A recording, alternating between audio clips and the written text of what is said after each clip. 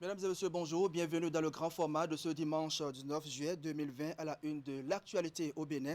Le chef de l'État invité à briguer un second mandat à la prochaine élection présidentielle. C'est un appel d'une organisation des jeunes dénommée Mouvement pour la réélection de Patrice Talon en 2021. Ce mouvement a été porté sur les fonds baptismaux ce samedi dans la commune d'Abomey-Calavi. On en parle dans un instant.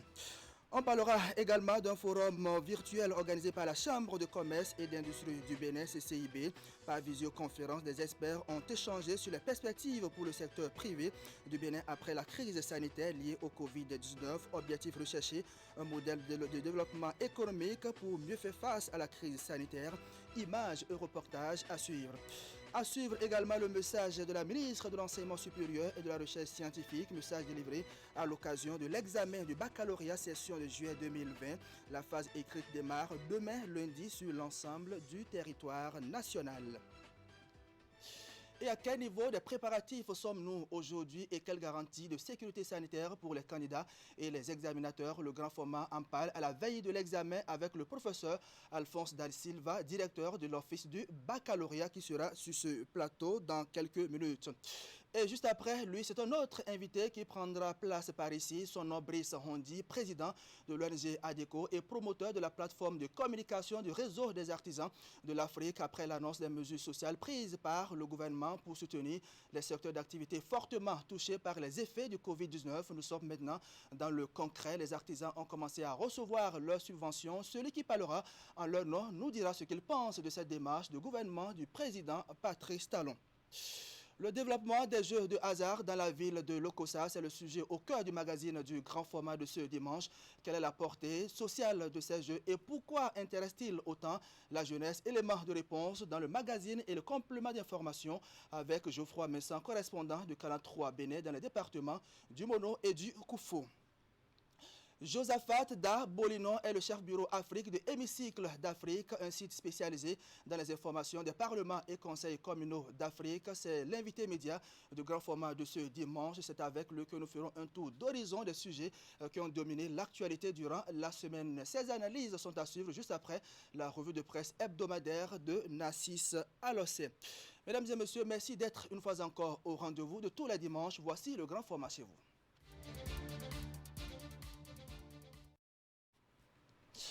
Politique pour démarrer la première partie de ce grand format. Depuis quelques semaines, des groupes de jeunes montent au créneau pour demander la candidature du chef de l'État à la prochaine élection présidentielle au Bénin. Ce samedi, c'était le tour du mouvement pour la réélection de Patrice Talon en 2021. Ce mouvement a vu le jour à la faveur d'un congrès constitutif dont les travaux se sont déroulés dans la commune d'Abomey-Calavi. Les précisions sont avec Nassis Alossé. Patrice Talon, 10 ans. Patrice Talon, 10 ans. Les dés sont ainsi jetés pour le grand bain électoral de 2021 au Bénin. Et ces hommes et femmes, réunis au sein d'un mouvement politique auquel ils donnent naissance ici, font leur option. Celle de la continuité au sommet de l'État avec la réélection de Patrice Talon à l'issue de la présidentielle de 2021. Oui, avec Patrice Talon, c'est plus sûr en 2021, afin de lui permettre de poursuivre l'œuvre qu'il a si brillamment entamée. Les œuvres de l'homme du nouveau départ, dont le chapelet a été égrené sans bégaiement. La restauration de l'autorité de l'État en exigeant l'ordre et la discipline qu'il incarne lui-même. Il a désigné les chefs-lieux des 6 nouveaux départements en rendant officiels les 12 départements du Bénin avec à leur tête les préfets. Il fait libérer les emprises de nos voies pour plus d'espace afin de réaliser de plus grands travaux routiers. Il a régularisé les grèves de l'administration publique et a mis au pas les secteurs de l'éducation, de la santé et de la justice. À tout ceci, l'orateur a ajouté la révision de la Constitution qui, selon lui, répond désormais aux exigences de la modernité et la réforme du système partisan qui a fait naître aujourd'hui des partis politiques d'envergure nationale. Des réalisations qui fouettent l'orgueil de ces hommes et femmes, D'où la naissance de leur mouvement dénommé MRPT 2021. Le clin d'œil, lui, est persistant pour celui qui a dit qu'il avisera en 2021. Nous voulons inviter de cette tribune le président de la République à aviser favorablement en faveur de ce désir du peuple. Et pour cela, ils entendent mobiliser toutes les forces sur l'ensemble du territoire national pour la victoire des idéaux de Patrice Talon en 2021. Tout part de ce congrès constitutif de leur mouvement où les congressistes sont venus des 12 départements du pays pour monter l'attelage de la victoire. Il s'agira notamment de peaufiner la stratégie pour occuper, pour quadriller véritablement le terrain, et de permettre qu'il y ait une continuité à la gestion de l'État avec Patrice Talon. Le combat pour la continuité au sommet de l'État est donc engagé ici avec le mouvement pour la réélection de Patrice Talon en 2021. Les travaux de ce congrès durent 48 heures. De la politique, on parle économie à présent avec cette question. Quel modèle de développement économique pour mieux faire face à la crise sanitaire liée au Covid-19? La question a fait l'objet de réflexions au cours d'un forum virtuel organisé par la Chambre de commerce et d'industrie du Bénin par visioconférence. Les experts ont échangé sur les perspectives pour le secteur privé du Bénin après la crise du Covid-19. C'était vendredi dernier au siège de la CCIB à Cotonou. Explication, Clément Tchadé. Les impacts socio-économiques de la pandémie du Covid-19 sur l'activité des acteurs du secteur privé sont amers et les opérateurs économiques veulent trouver des solutions durables afin de s'adapter au nouveau paradigme que leur impose désormais la crise sanitaire. Pour ce faire, la CCIB, en collaboration avec les organisations patronales, organise ce forum virtuel sur les perspectives pour le secteur privé du Bénin après la pandémie du Covid-19. Pour anticiper, la Chambre du commerce et d'industrie du Bénin, par cette initiative, entend recueillir des propositions concrètes de la part des spécialistes de l'économie et ceux du monde des affaires.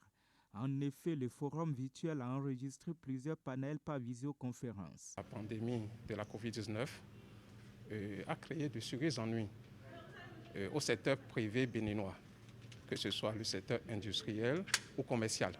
Donc, les réflexions de la Chambre de commerce et d'industrie du Bénin, en l'occurrence des idées du président de la Chambre, ont permis d'initier ce forum pour pouvoir réfléchir sur les difficultés traversées par les entreprises et surtout ce qu'on pourrait faire après la crise pour pouvoir vraiment repartir sur de bons pieds. Un homme d'affaires, lorsqu'il est face à des difficultés, il les transforme en opportunités. Donc, cette crise a permis de comprendre que nous avons des faiblesses. Et nous avons donc diagnostiqué le mal. Il faut que nous puissions prendre le taureau par les cornes, que nous industrialisions notre pays.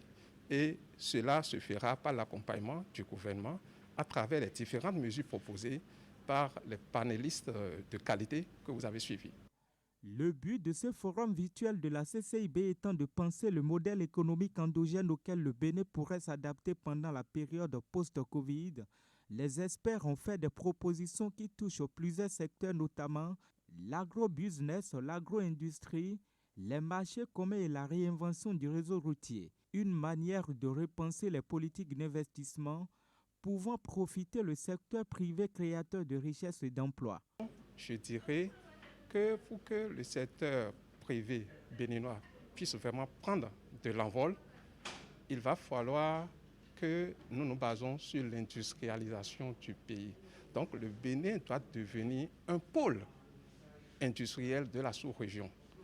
Nous ne dirons pas le pôle, il ne faut pas être trop prétentieux, mais un pôle industriel de la sous-région. Nous devons développer l'agriculture, nous devons faire la transformation des produits issus de l'agriculture. Ce n'est que par là que notre pays pourra vraiment se développer. À l'issue de ce forum virtuel, un document de rapport sera élaboré et soumis aux autorités publiques, mais aussi aux différents acteurs du monde des affaires. Une stratégie de la nouvelle équipe de la Chambre du commerce et d'industrie du Bénin qui entend innover tout en visant un nouveau modèle économique dynamique qui pourra en retour faire face au choc laissé par le Covid-19. Toujours dans l'actualité, un lot d'équipements d'urgence et de réanimation offert au Bénin, un don qui s'inscrit dans le cadre du financement de 2 milliards de francs CFA accordés par la France via l'Agence française de développement au plan de riposte sanitaire du Bénin. C'est une action mise en œuvre par l'Agence de coopération belge Annabel et qui vise à appuyer le gouvernement dans ses efforts quotidiens. La remise de ces équipements a été faite vendredi au ministère de la Santé. Assiomo Kani Assiomo. Ce sont les premiers équipements d'urgence que réceptionne le ministère de la Santé dans le cadre du financement de 2 milliards de francs CFA accordés par la France. À l'occasion, le ministre de la Santé, l'ambassadrice de la France et les représentants résidents de l'Agence française de développement et d'Enabel, agence de coopération belge. Plusieurs matériels sanitaires composent ce premier lot pour la riposte contre la pandémie de Covid-19.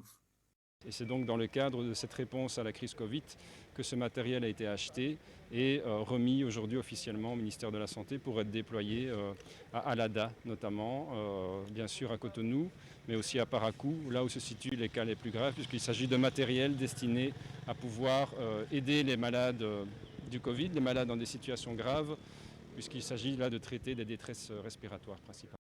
Il y a donc dans ce lot de matériel des concentrateurs d'oxygène. Il y a aussi de quoi remplir 400 bonbonnes d'oxygène. Il y a donc des monitorings de surveillance de tous les paramètres médicaux. L'Agence française de développement a fourni des appareils d'électrocardiogramme. En dehors de ça, il y a aussi du matériel de réanimation, vraiment pour les malades très gravement atteints, des appareillages de perfusion si la circulation sanguine venait à défaillir. Les équipements contribueront à améliorer les soins apportés aux malades hospitalisés, en particulier les cas sévères. Le geste vient renforcer les capacités de diagnostic, de dépistage, de surveillance sanitaire, de prise en charge et de sensibilisation des populations. Ces équipements dits d'urgence, qui seront dès demain répartis dans les différents centres de prise en charge du pays, viendront plus largement appuyer le renforcement du système de santé et bénéficieront à terme à l'ensemble des populations qui pourraient en avoir besoin. Depuis le début de cette pandémie, le gouvernement béninois déploie de considérables efforts qui sont appuyés par des sociétés et entreprises de la place, ainsi que des partenaires techniques et financiers. Pour le ministre de la Santé, ce don vient résoudre beaucoup de choses. Votre geste ce jour vient vraiment à point nommé et la qualité du matériel et des équipements que vous mettez à notre disposition contribuera à renforcer la capacité d'action des structures dédiées à la prise en charge des cas positifs de la COVID-19 et d'assurer une gestion efficace de cette pandémie qui défie tout le système de santé. La France, par l'intermédiaire de l'AFD, apporte ainsi une réponse rapide au plan de riposte à travers le projet Équité, ensemble pour une qualité de soins équitable et transparent. Elle rassure le gouvernement de son soutien pour poursuivre les efforts entrepris dans le cadre de la riposte contre la pandémie du coronavirus. Dans la suite de ce journal, on en vient maintenant à cette actualité. L'examen du baccalauréat session de juillet 2020 démarre demain, lundi, sur l'ensemble du territoire national. Au total, 95 404 candidats sont attendus dans 137 centres de composition. À la veille de cet examen, la ministre de l'Enseignement supérieur et de la Recherche scientifique a délivré un message à l'endroit des candidats et l'ensemble des acteurs impliqués dans l'organisation du bac 2020. Elle rassure par la même occasion que le gouvernement a pris toutes les dispositions nécessaires pour permettre aux candidats de composer dans de meilleures conditions. On va l'écouter. Chères candidates et candidats, cette année scolaire a été particulièrement éprouvée du fait de l'apparition et de la propagation de la pandémie de coronavirus au Bénin. Cependant, grâce aux mesures hardies prises par le gouvernement de son Excellence le Président Patrice Talon, nous avons pu assurer avec succès la continuité des activités pédagogiques dans les classes d'examen à tous les niveaux du système éducatif. Je voudrais, à cette occasion solennelle, exprimer ma profonde reconnaissance à son Excellence, le Président de la République, le Président Patrice Talon, pour son engagement personnel et constant aux côtés de tous les acteurs du système éducatif. Mes remerciements vont également à l'endroit de tous les enseignants et apprenants qui, malgré les risques liés à cette affection, ont su braver avec prudence la peur pour relever le défi de la tenue effective des examens de fin d'année. Le gouvernement de son Excellence le Président Patrice Talon a mis à la disposition de tous les centres de composition un nombre suffisant de flacons de gel hydroalcoolique et autres matériels de protection contre cette pandémie. Conformément aux prescriptions du gouvernement, les superviseurs et chefs centres sont instruits pour faire respecter dans les centres de composition les mesures d'hygiène. Chères candidates et candidats, nous voici enfin à la veille de cet important diplôme qui vous ouvrira les portes des universités et centres universitaires d'enseignement professionnel. Demain, lundi 20 juillet 2020, débutent sur l'ensemble du territoire national les épreuves écrites du baccalauréat, section unique de juillet 2020. Pour cette année, vous êtes 35 049 filles et 60 335 garçons, soit un total de 95 404 candidats répartis dans 137 centres de composition, et ceci, bien entendu, en respect des mesures de distanciation sociale.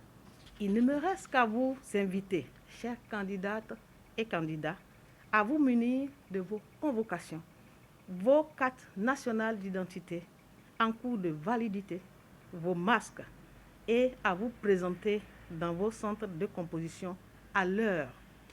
À vous, parents et tuteurs des candidats, je vous exhorte à continuer de créer un environnement propice à une meilleure composition de nos apprenants.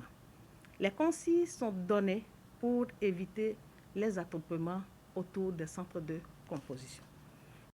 Et pour s'enquérir du niveau des préparatifs du bac et apporter des réponses aux éventuelles difficultés, les deux ministres concernés par l'organisation de cet examen étaient vendredi à la direction de l'Office du baccalauréat. Et comme vous les voyez sur ces images, il s'agit des ministres Maoyon Kapo de l'enseignement, des enseignements secondaires techniques et de la formation professionnelle et Eleanor Yahi de l'enseignement supérieur et de la recherche scientifique. À l'occasion, le professeur Alphonse Da Silva, directeur de l'Office du baccalauréat, qui sera sur ce plateau juste après, le journal a donné toutes les précisions sur le niveau des préparatifs. Et dans le même cadre, la municipalité de Cotonou reste attentive aux conditions du déroulement du baccalauréat 2020. À quelques heures du démarrage des compositions, elle a adressé un message à l'endroit des acteurs à divers niveaux. Message porté par le premier adjoint au maire de Cotonou, Romain Arwandino, qui est ici au micro de Teddy Goudalo. Cotonoises, Cotonois, Mesdames et Messieurs les acteurs du système éducatif, Mesdames et Messieurs les parents d'élèves, chères candidates et candidats, au nom du maire Luc Setonji Atroko, l'honneur me choisit de m'adresser à vous en cette veille de démarrage officiel des épreuves écrites de l'examen du baccalauréat, session de juillet 2020. Je voudrais vous réitérer le soutien indéfectible du conseil municipal et du maire de la ville de Cotonou à tous les candidates et candidats au bac. Comme vous le savez si bien, le baccalauréat est le premier diplôme universitaire qui ouvre les portes des études supérieures. Au regard de l'importance capitale que revêt cet examen, qui se déroule cette année dans un contexte particulier marqué par la pandémie du Covid-19, la municipalité de Cotonou a joué sa partition en accompagnant les efforts du gouvernement dans la réussite de son organisation. Chers candidats, Mesdames et Messieurs, c'est le lieu de remercier très sincèrement le gouvernement du président Patrice Talon pour sa vision éclairée et ses nombreux efforts consentis dans le déroulement de l'année scolaire, malgré la pandémie du Covid-19 qui sévit actuellement. Cet effort du gouvernement vous permet aujourd'hui de composer dans les conditions sanitaires requises. Ma gratitude et ma reconnaissance vont également à l'endroit des acteurs du système éducatif et des parents d'élèves pour les sacrifices louables consentis dans l'encadrement de nos enfants. Chères candidates et candidats, je vous invite à la sérénité et à une bonne concentration sur toutes les épreuves qui vous seront soumises. Je reste confiant que les efforts fournis durant l'année scolaire seront couronnés de succès. Je vous exhorte surtout au respect strict des mesures et gestes barrières pour éviter la propagation du Covid-19.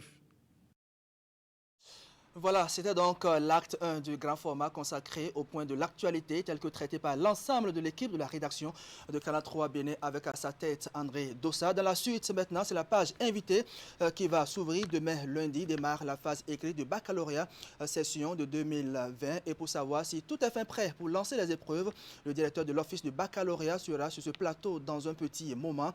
Le professeur Alphonse Da Silva nous dira également les dispositions sanitaires prises par le gouvernement pour protéger tous les acteurs concernés par cet examen. Mais avant, une pause s'impose. Voici le ZAP 3 réalisé par Wahab Alikpara. On se retrouve dans 5 minutes. Es-tu équipé? Non. Viens profiter de l'offre généreuse de Microland Informatique du 10 juillet au 31 août 2020. C'est pour toi. Viens découvrir en magasin nos PC, imprimantes, copieurs et tous nos matériels réseau et énergie à des prix fous. Et en plus, des cadeaux surprises pour les 50 premiers acheteurs. Et viens vite. Rendez-vous à Microland à Ganry, en face de la librairie Notre-Dame. Contact 95 95 28 24. 12 mois de garantie, service après-vente et livraison assurée. Microland, votre solutionneur numéro 1 en informatique.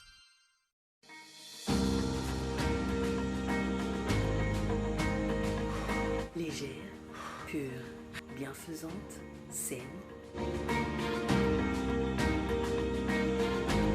et agréable à boire. Elle, c'est Aquabelle. Une eau de qualité supérieure, naturellement équilibrée pour tous.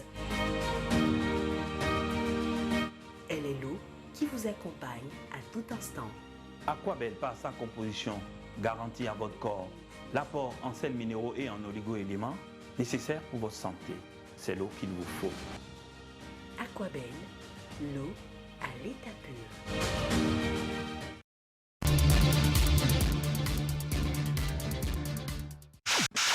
Dans la suite, ce matin, l'affaire ICC Service. Une bonne partie de la presse nous apprend que les responsables de cette structure de placement d'argent détenue depuis des années sont désormais libres de leur mouvement. Affaire ICC Service, écrit le quotidien Matin Libre en haut de une, Guy Akpologan et Émile Tegbenou libérés. Et tout comme Guy Akpologan et Émile Tegbenou informent Fraternité, Pamphile Dohou, le directeur général de ICC Service, sera aussi libre de ses mouvements dès le lundi 20 juillet prochain. Ces principaux auteurs du plus gros scandale financier connu par le Bénin avaient été condamnés par la Criette après 9 ans de prison lors d'un procès qui a duré plus d'une semaine en 2019, rappelle Fraternité. Après les sinistrés de Zogbadje, ceux de Yenadjuro ont reçu la visite du maire Angelo Ahwanjinou et sa délégation. Le chef quartier réceptionne le don en présence des bénéficiaires. Cette action sociale du conseil communal d'Abomey-Calavi en de pareilles situations est une première. On n'a jamais vu un maire assister une population de cette manière-là à Calavi. Alors ce que nous venons de voir ce matin-là, ça donne la joie au cœur. C'est vrai, on est inondé, on est sinistré, on a fui les maisons, mais dès qu'ils ont entendu l'appel du maire, tout le monde est sorti de l'eau, tout le monde est sorti de leur refuge, et ils sont venus accueillir le maire. Et ils ont accueilli à bras ouverts les vivres qu'on nous a amenés. Ce qu'ils ont amené, c'est très important. C'est pas amené, c'est très important. Avec une enveloppe de 500 000, c'est beaucoup. Le quotidien Fraternité nous apprend qu'une dame a été condamnée à 5 ans de prison pour trafic de drogue. Et selon le journal, la trafiquante a camouflé son produit dans des gâteaux qu'elle vendait aux élèves dans plusieurs établissements scolaires à Cotonou. Et c'est suite au test de dépistage que le poteau rose a été découvert, informe Fraternité. Des élèves testés positifs à la drogue après consommation en février 2020. ce qui a éveillé les soupçons et l'affaire a pu aboutir grâce aux enquêtes de la police et l'Office central de répression du trafic illicite des drogues et des précurseurs au certide qui ont permis de tirer les choses au clair, rapporte Fraternité. Le président de la République, il est passé par tous les États. J'ai presque envie de vous dire que le président Patrice Talon, non le candidat, mais le président Patrice Talon et le peuple béninois, c'est un peu comme la manifestation du syndrome de Stockholm. Au début, avec la rigueur imprimée dès les premières heures, malcompréhension, levée de boucliers, volée de bois vert, détestation, le président de la République, on va dire, au bout de quelques mois, était quand même assez bas dans les sondages. Cette phase de détestation, de malcompréhension est passée, et vous entendez bien nos compatriotes, les anecdotes foisonnent aujourd'hui. Qui veut qu'il reste 20 ans, 30 ans, 50 ans pour ceux qui veulent rigoler? Qui veut que s'il lui arrivait à l'idée de ne pas se présenter ou de décider de ne pas se présenter, il lui ferait un procès pour tentative de refus de développement de son pays?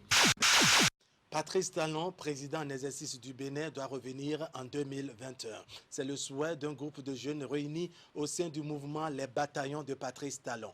Ils mettent dans la balance les nombreuses réformes engagées par le chef de l'État et surtout les nombreux chantiers ouverts qui méritent d'être achevés. Et nul autre que lui-même ne saurait réussir cette mission délicate. C'est du moins la motivation de l'appel de ces jeunes à l'endroit du président de la République. Ils se sont fait entendre dimanche dernier à Abomey. Du nord au sud, de l'est à l'ouest, l'écho reste favorable et la satisfaction de la population ainsi que son sentiment de fierté d'avoir Patrice Talon à la tête de notre pays retentit avec force et énergie et ne cesse de s'amplifier jour après jour face aux résultats qui se font de plus en plus remarquables dans tous les domaines. Notre pays, le Bénin, a connu une profonde mutation en 4 ans. C'est pour ces raisons que nous invitons tous les jeunes du Bénin à rejoindre le mouvement Les Bataillons de Patrice Talon pour qu'ensemble, nous suscitions la candidature du président pour son second mandat. Le combat de 2021 n'est pas celui du président Talon. Il est plutôt celui de la jeunesse béninoise. Nous sommes prêts à mouiller le maillot pour défendre à jamais cette candidature. Nous, jeunes du Mono, lançons aujourd'hui la lettre depuis l'Okosa avec les certitudes que les jeunes des autres régions du Bénin se joindront à nous pour le sacre d'avril 2021. À son appel, nous aïe, capable livré auprès du sang. Cher son bas, je t'attends. À couler, dissocier, assis, c'est si plaisant. Universal unité chaque jour à la tâche pour y faire son président le S. Enfant du Bénin debout.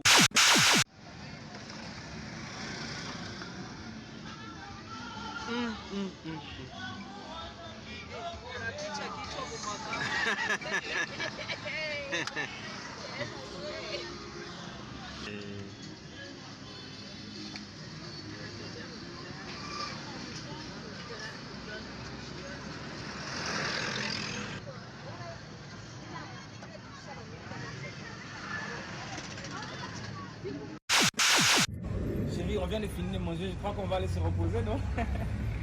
Et naissant chérie, je vais appeler ma copine. Vas-y, mets-toi à l'aise, mon cœur. Allô, bonsoir copine. Elle est jolie, non? Comment vas-tu? Oui, je viens de la Chine là. Ouais, c'est vrai qu'il y a le coronavirus là, mais la plupart de mes amis ont été infectés, mais je suis la seule à ne pas être infectée. Mais il faudrait que j'aille me faire consulter. Ok, à plus chérie, à plus. Oui chérie, tu disais que tu voulais qu'on aille se reposer. Moi? Non, bébé, je n'ai pas dit ça. On vient de se connaître, comment on va aller se reposer? Moi, je respecte trop la femme. On vient de se connaître, je ne vais pas aller me reposer avec toi, non. Mon éducation, en fait, moralement, ça va me fatiguer, quoi. C'est comme s'il a abusé de toi. Mais c'est pas grave, chérie. Comment ça, c'est pas grave? C'est pas grave, comment? C'est pas grave, ça ne vous dérange pas. Ça ne dérange pas comment?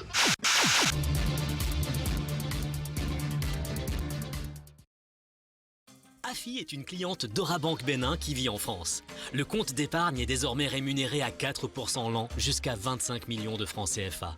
Elle a communiqué son email qui lui permet de recevoir les informations sur les produits. Kofi vit à Agla. Il ne savait pas qu'un GAB Orabank y a été installé récemment. Il a communiqué son nouveau numéro de portable. Désormais, il suit par SMS l'actualité de sa banque. Leïla est chef d'entreprise. Recevoir les relevés bancaires par courrier est contraignant. Elle a transmis à sa banque son email et celui de son comptable. Ils reçoivent tous deux les relevés électroniques de l'entreprise. Avec votre pièce d'identité valide, rendez-vous en agence pour actualiser vos informations, téléphone, email, adresse géographique, etc. Et repartez avec un cadeau. Participez aussi à une tombola et gagnez des lots. Mieux vous connaître pour mieux vous servir. Orabank, un partenaire à votre écoute.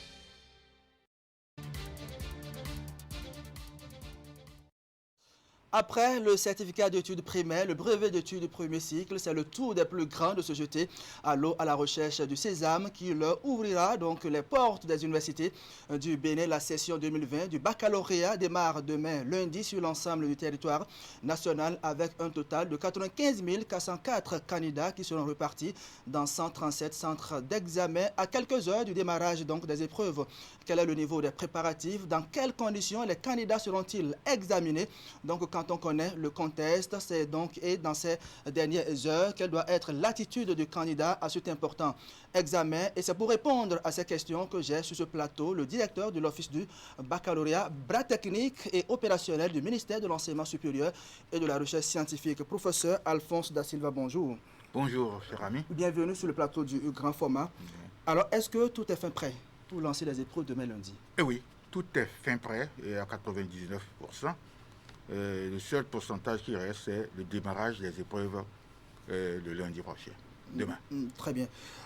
Quelle a été donc la contribution du gouvernement donc, aux différentes étapes de préparatifs de cet examen et surtout pour avoir sauvé l'année scolaire?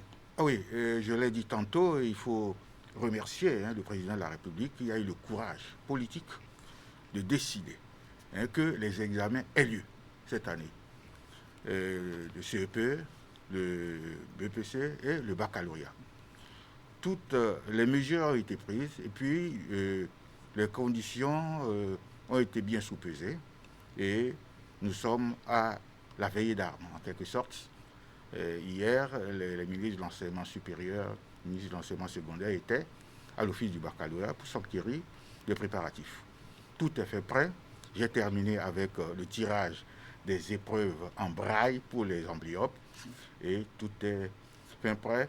Je suis en contact régulier avec les superviseurs qui sont déjà sur le terrain pour voir comment les choses se passent. Alors, quels sont les derniers réglages donc, qui restent à faire? Les derniers réglages, c'est le lancement de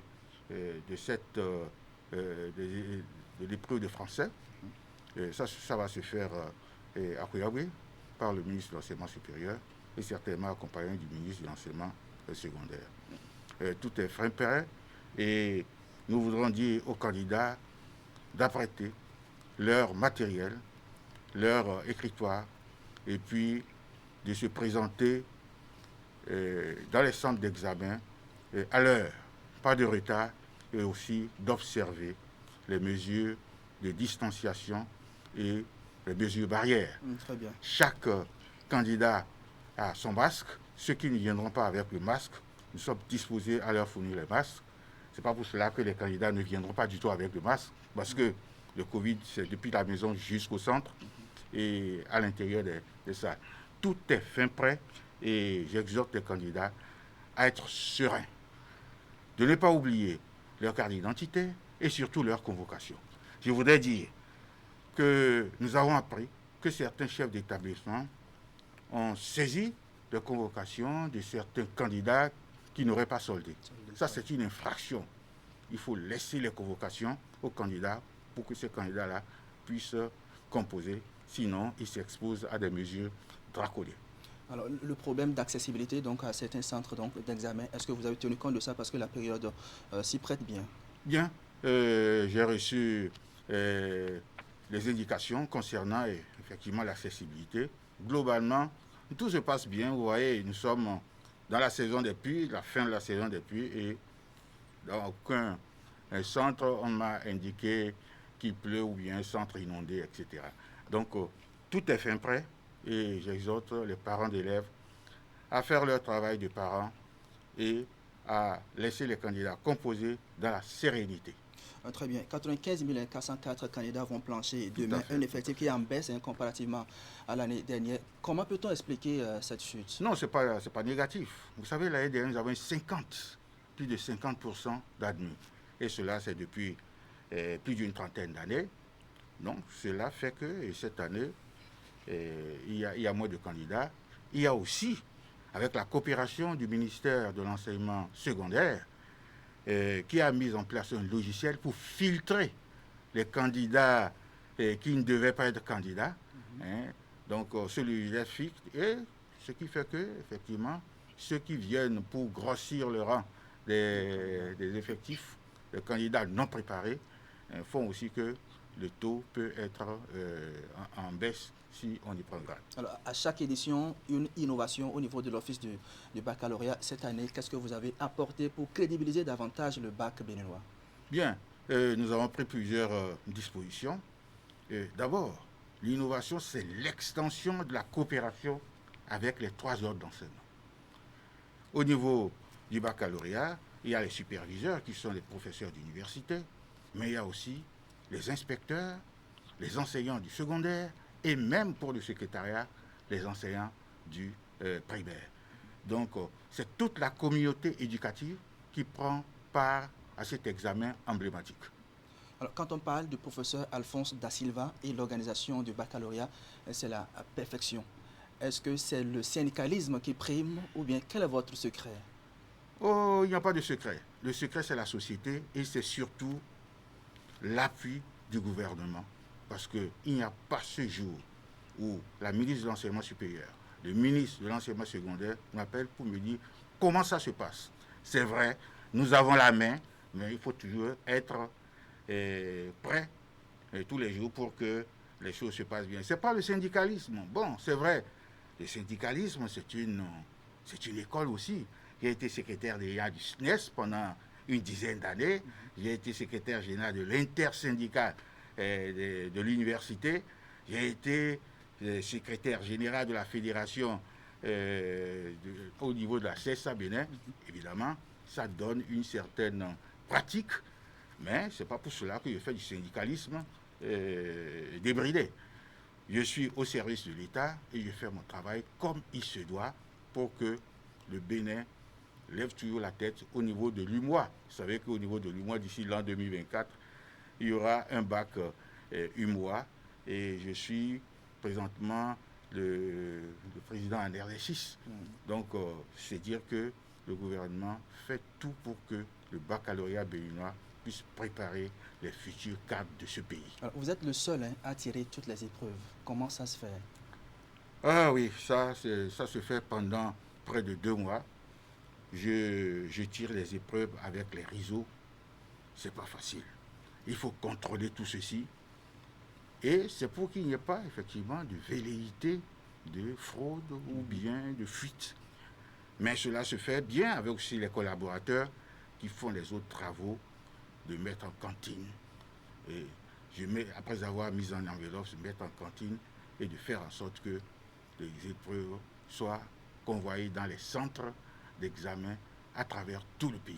Nous avons en tout 137 centres, vous vous rendez compte. Et là, le DOFSEL ne peut pas tout faire. Il y a des tentacules partout et je remercie tous ceux qui concourent à l'élévation du baccalauréat. Le bac béninois est-il toujours un label dans la sous-région? C'est pas bon de parler de soi-même, mais quand même le bac béninois n'est pas un bac dernier. Nous avons fait en sorte que le bac béninois, depuis des années, c'est pas seulement au niveau du DOB Da Silva, mais tous les DOB qui se sont succédés vraiment à la tête de cet office, je veux leur rendre un grand hommage. Les Awanou, les Ladikbo, les Détchenou, et j'en passe. Donc tout ceci ont consolidé la fondation du baccalauréat béninois. Alors, à quelques heures donc, de l'examen, comment un candidat doit-il se comporter? Bien, à quelques heures de l'examen, stressé, le candidat... il doit commencer par réviser? Non, ce n'est pas le moment de réviser. Il doit dormir, comment il doit La période de révision est terminée.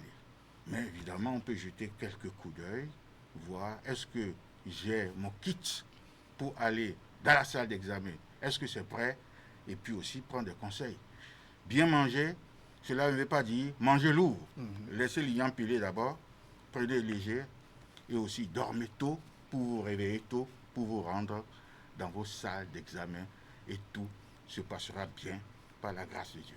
On va finir avec votre message à l'endroit des chefs centres, les superviseurs et autres qui sont tenus à respecter les consignes donc, de la ministre de l'Enseignement supérieur. Oui, je l'ai fait tantôt avec les superviseurs du Bargou et de la Takora. Tout est fin prêt. Ce sont des superviseurs qui ont l'expérience, mais il faut toujours veiller au grain pour que tout se passe de manière excellente. Merci à vous, professeur Alphonse Da Silva, directeur de l'Office du baccalauréat. Rendez-vous donc à Ruyogbe donc pour le lancement officiel donc, des épreuves demain. Oui, oui. Et moi, je ne serai pas là-bas, je serai dans la cabine pour voir comment ça se passe dans tout le pays. Mais le ministre de l'enseignement secondaire, la ministre de l'enseignement supérieur seront là-bas pour effectivement lancer de manière solennelle ce baccalauréat qui est un examen emblématique. Vous le savez, puisque vous avez votre bac.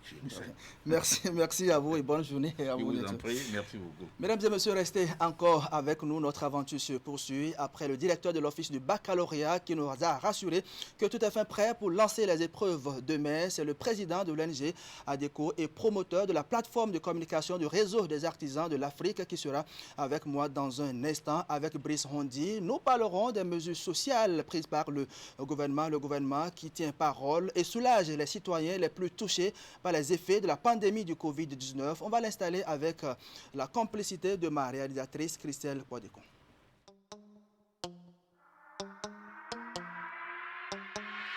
On gâte le coin, prêt à enflammer la piste avec qui on va gâter le coin. Hey, je mets préservatif, le party est lancé, les meufs sont chaudes, toujours protégées, kiss bien le show, sourire de vainqueur, un regard protecteur, kiss toujours à... Kiss. 6% de protection, ce soir y'aura plus de supposition. Y'a pas de supposition, juste la loi de l'attraction. Ce soir on est classé, fâché, glacé, kiss, toujours protégé. Kiss, toujours avec moi. Toujours sexy, toujours protégé. Brassé par les experts dans la pure tradition brassicole avec les meilleurs maïs du Bénin. Pils est la bière des connaisseurs de par son caractère, son élégance, son authenticité et ses valeurs distinctives. Bière légère, Pils est une affaire de qualité avec son nouvel habillage et son même goût unique. Pils, la bière des connaisseurs. Pils, Inside Life, Kere.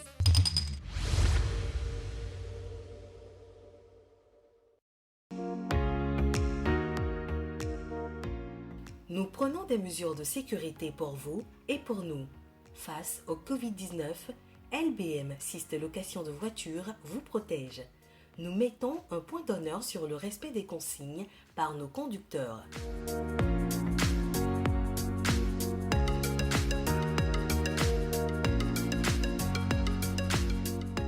Nos véhicules sont systématiquement désinfectés avant et après chaque mission.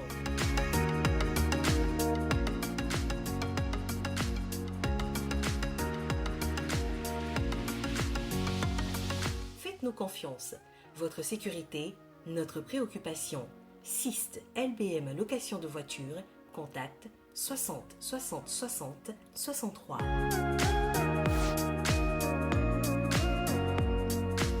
LBM.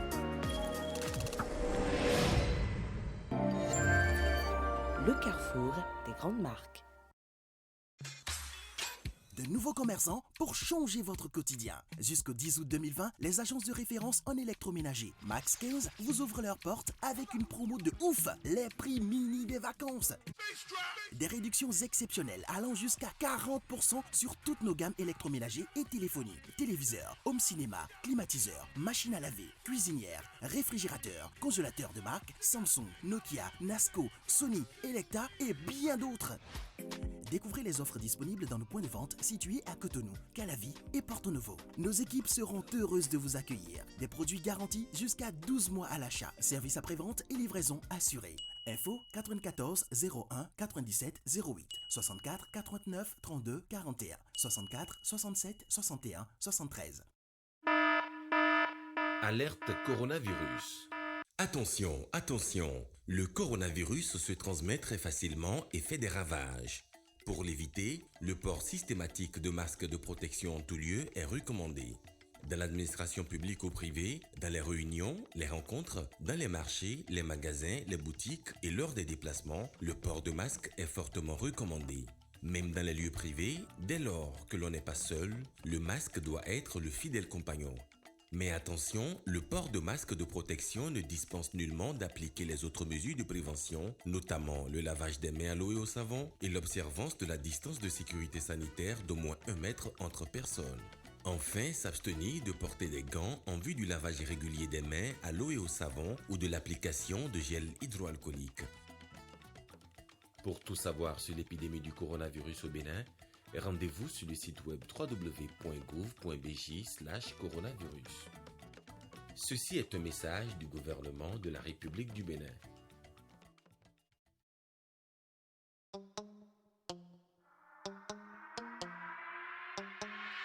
On gâte le coin, prêt à enflammer la piste avec qui on va gâter le coin. Hey, je mets préservatif, kiss, le party est lancé, les meufs sont chaudes, toujours protégées, kiss bien le show, sourire de vainqueur, un regard protecteur, kiss toujours à kiss. 6% de protection, ce soir il y aura plus de suppositions. Y a pas de supposition, juste la loi de l'attraction. Ce soir on est classé, fâché, glacé, kiss, toujours protégé. Kiss, toujours avec moi. Toujours sexy, toujours protégé. On est équipé. Es-tu équipé? Non. Viens profiter de l'offre généreuse de Microland Informatique du 10 juillet au 31 août 2020. C'est pour toi. Viens découvrir en magasin nos PC, imprimantes, copieurs et tous nos matériels réseau et énergie à des prix fous. Et en plus, des cadeaux surprises pour les 50 premiers acheteurs. Et viens vite. Rendez-vous à Microland à Ganry, en face de la librairie Notre-Dame. Contact 95 95 28 24. 12 mois de garantie, service après-vente et livraison assurée. Microland, votre solutionnaire numéro 1 en informatique.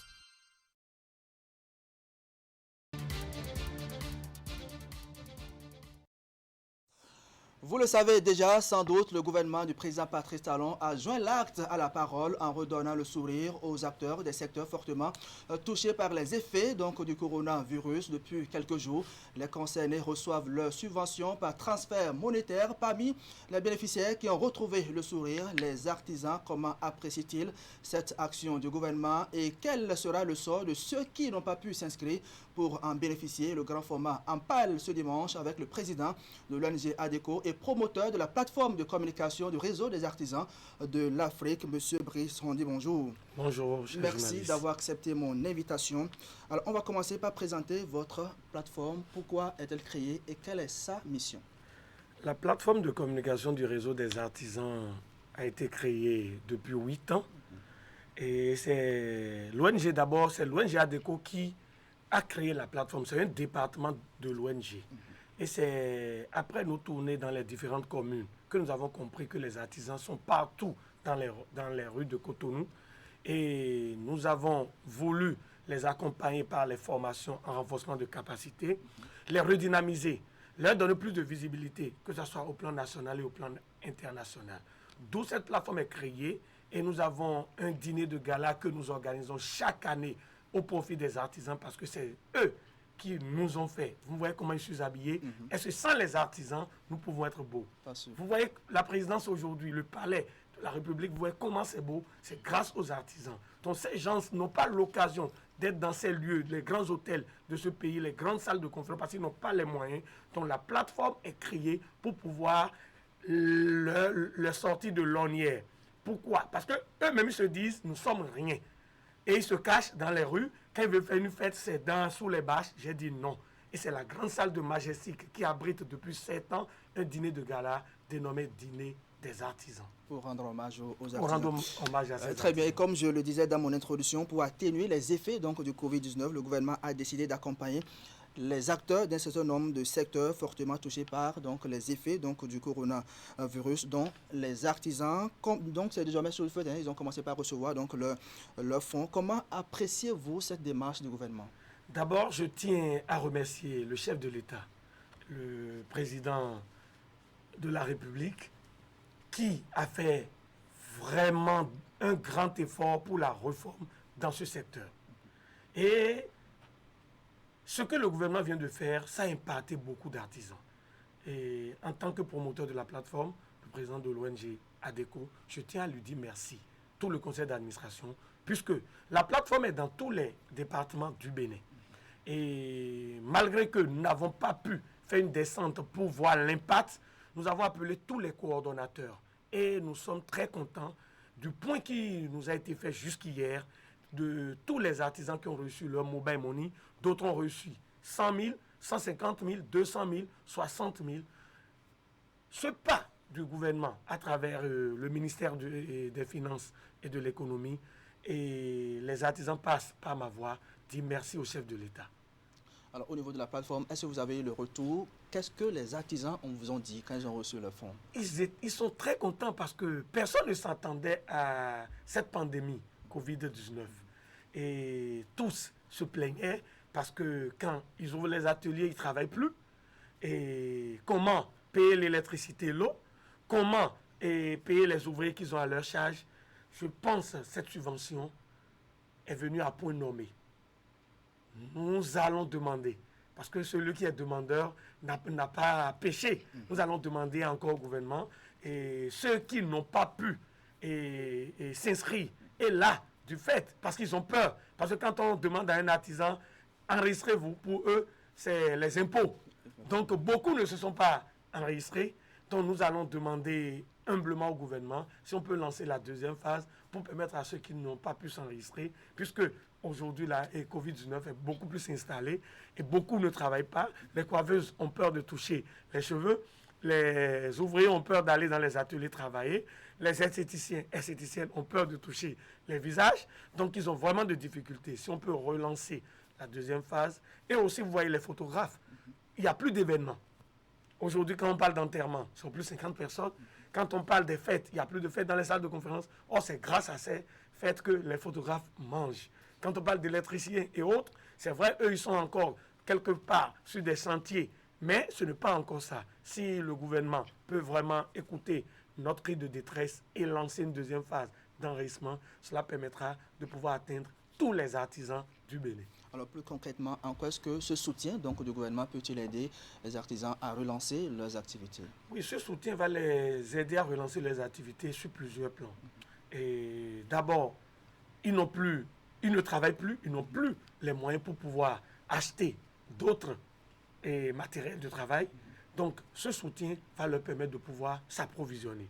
Ceux qui peut-être ont des dettes d'électricité et d'eau, ça va leur permettre de pouvoir éponger ces dettes et ça va les relancer. Parce que vous savez, un artisan qui n'arrive pas à payer l'électricité et l'eau, il a peur. Il n'ouvre pas l'atelier parce que de peur qu'on vienne le couper. Il y a beaucoup qui n'arrivent même plus à payer le loyer. Cette subvention va permettre à ceux qui ont des dettes pour le loyer de pouvoir quand même payer ces loyers. Alors, les subventions sont reçues, mais la pandémie est encore là. Est-ce que les artisans ne vont pas bouffer l'argent, comme on le dit? Oui, nous sommes en train de les sensibiliser. Parce que les activités tournent toujours à ralenti. Oui, nous sommes en train de les sensibiliser pour que ces fonds que le gouvernement a mis à leur disposition, ils puissent véritablement les utiliser et non les bouffer. Très bien. L'opération de paiement a commencé depuis quelques jours. Quel est aujourd'hui le taux de couverture sur le plan national? Le taux de couverture sur le plan national, je peux parler de 80% sur le plan national. Jusqu'à hier, le point que nous avons. Alors, parce qu'il y a beaucoup leurs numéros qu'ils ont donnés et parfois on envoie le Momo, le nom ne correspond pas au numéro. C'est un peu les difficultés que nous rencontrons, mais nous sommes en contact avec les autorités afin que le reste soit quand même satisfait. Alors, même si on finit avec donc, la pandémie du Covid-19, donc avoir une subvention est une chose, la rentabiliser est une autre. Est-ce que vous prévoyez des actions pour amener les artisans donc, à véritablement rentabiliser ce qu'ils ont reçu de la part du gouvernement? Comme je vous l'ai dit tout à l'heure, et c'est vrai avec la pandémie, nous avons suspendu nos descentes sur le terrain, mais comme il y a aujourd'hui les mesures et les gestes barrières et également les gels et les masques, nous allons reprendre bientôt. Parce que d'abord, nous prévoyons une descente dans les 13 arrondissements de Cotonou dans les quelques jours pour sensibiliser les artisans et pouvoir installer aussi le bureau de la plateforme dans tous les arrondissements de Cotonou. Dans les autres départements, nous avons déjà atteint toutes les communes et les arrondissements. Mais Cotonou, nous avons quelques difficultés que nous sommes en train de régler. Et je pense que dans les tout prochains jours, nous allons reprendre les descentes et nous allons beaucoup plus sensibiliser. C'est d'ailleurs le rôle de la plateforme, c'est de sensibiliser les artisans à pouvoir se conscientiser. Parce que lorsqu'ils ne sont pas conscients, ils ne pourront pas, même les fonds qu'on va leur remettre, ils vont l'utiliser pour autre chose. Ils vont commencer toujours par se plaindre. Nous, avec les coordonnateurs des départements, nous sommes en contact, nous sommes sur une plateforme où nous communiquons et nous leur demandons, comme nous n'arrivons pas à descendre, eux, ils n'ont qu'à prendre le relais et de pouvoir sensibiliser leurs collègues à pouvoir utiliser ces fonds pour ce que ça devait réellement faire. Et non les bouffer et après commencer par se plaindre. D'accord. On va finir avec votre message, d'abord à l'endroit des artisans qui n'ont pas encore reçu donc leur subvention et à l'endroit également du ministère des Affaires sociales qui pilote donc le dossier. Je voudrais dire, chers partenaires, chers artisans, chers partenaires sûrs, et vous qui n'avez pas encore reçu les momos pour cette subvention du gouvernement, je vous prie d'avoir la patience. Nous sommes en contact avec les autorités du ministère des Affaires sociales afin que vous soyez rapidement satisfaits. Et ceux qui ne se sont pas encore enregistrés, nous allons rentrer très bientôt en contact avec les autorités pour permettre à ce que vous fassiez vos enregistrements et voir comment vous allez recevoir aussi vos subventions. Je voudrais remercier le ministre des Affaires sociales pour avoir respecté les consignes du chef de l'État. Une chose est au chef de donner les instructions, mais l'autre chose est de respecter. Donc nous remercions beaucoup le ministre et toute son équipe de pouvoir nous aider. Très bientôt, nous allons rentrer encore en contact avec eux pour qu'on lance la deuxième phase, si c'est possible, pour permettre aux artisans qui n'ont pas pu s'enregistrer de pouvoir s'enregistrer. Et je remercie très particulièrement le chef de l'État pour l'effort louable qu'il est en train de faire pour cette réforme dans ce secteur de l'artisanat, ce secteur qui est le poumon de l'économie de ce pays. Il faut vraiment de réformes parce qu'il y a des bourreaux, il y a des tapis dans l'ombre qui ne veulent pas que le secteur puisse sortir de l'ornière. C'est un combat pour la plateforme et nous irons jusqu'au bout. Merci à vous, Brice Rondy, président de l'ONG ADECO et promoteur de la plateforme de communication du réseau des artisans de l'Afrique. Merci de votre passage sur le plateau du grand format et bonne journée à vous. Merci à vous, chers journalistes. Mesdames et messieurs, nous allons observer une courte pause et derrière, c'est la page magazine du grand format qui va s'ouvrir.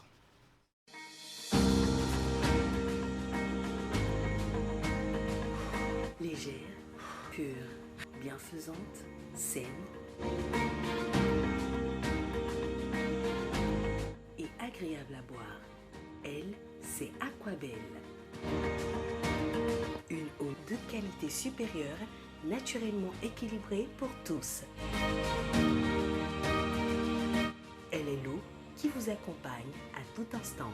Aquabelle, par sa composition, garantit à votre corps l'apport en sels minéraux et en oligo-éléments nécessaires pour votre santé. C'est l'eau qu'il vous faut. Aquabelle, l'eau à l'état pur. Afi est une cliente d'Orabank Bénin qui vit en France. Le compte d'épargne est désormais rémunéré à 4% l'an jusqu'à 25 millions de francs CFA. Elle a communiqué son email qui lui permet de recevoir les informations sur les produits. Kofi vit à Agla. Il ne savait pas qu'un GAB Orabank y a été installé récemment. Il a communiqué son nouveau numéro de portable. Désormais, il suit par SMS l'actualité de sa banque. Leïla est chef d'entreprise. Recevoir les relevés bancaires par courrier est contraignant. Elle a transmis à sa banque son email et celui de son comptable. Ils reçoivent tous deux les relevés électroniques de l'entreprise. Avec votre pièce d'identité valide, rendez-vous en agence pour actualiser vos informations. Téléphone, email, adresse géographique, etc. Et repartez avec un cadeau. Participez aussi à une tombola et gagnez des lots. Mieux vous connaître pour mieux vous servir. Orabank, un partenaire à votre écoute.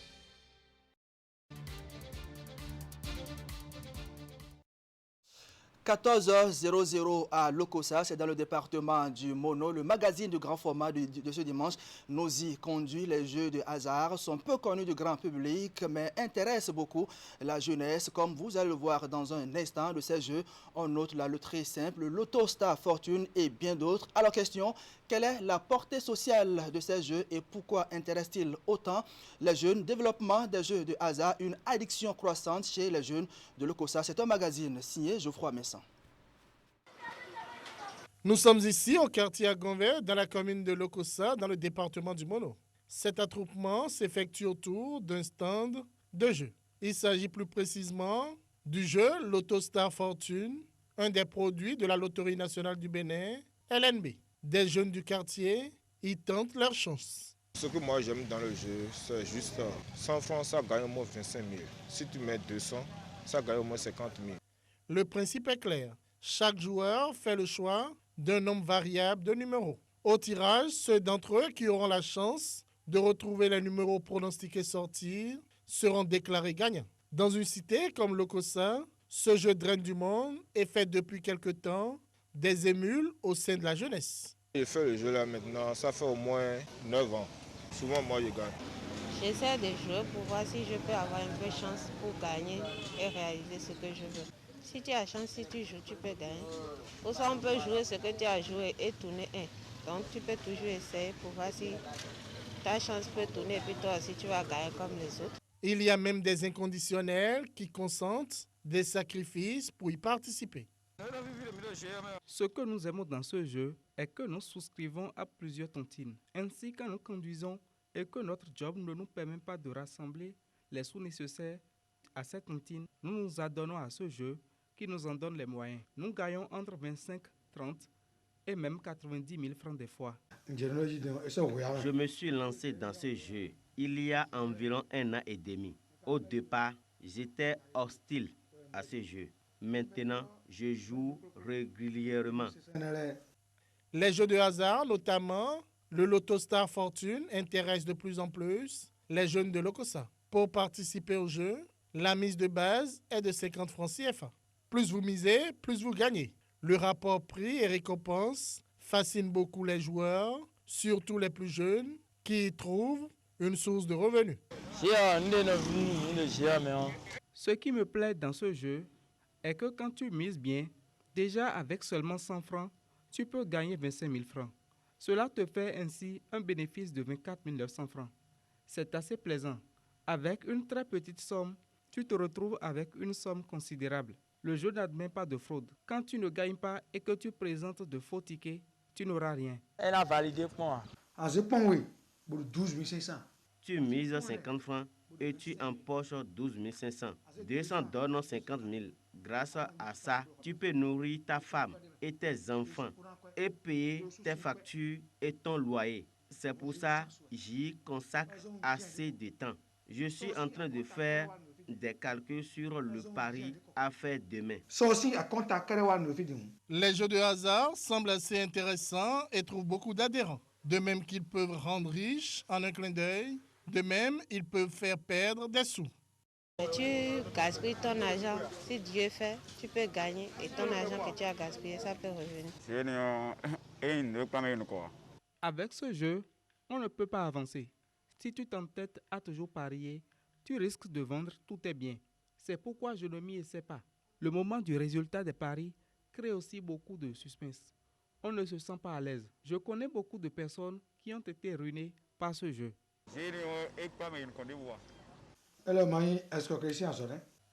Ce n'est nullement de l'escroquerie. Il s'agit d'un jeu de réflexion.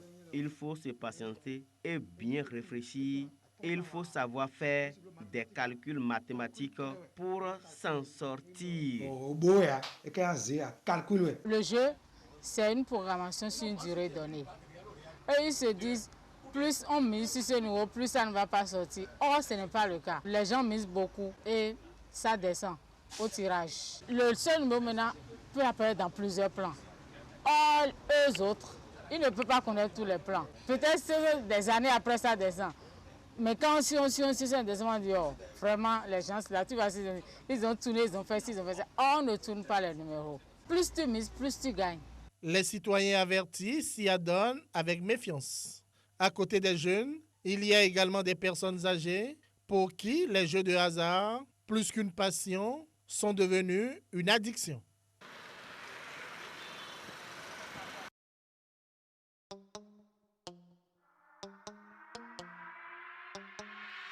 On gâte le coin, prêt à enflammer la piste avec qui on va gâter le coin.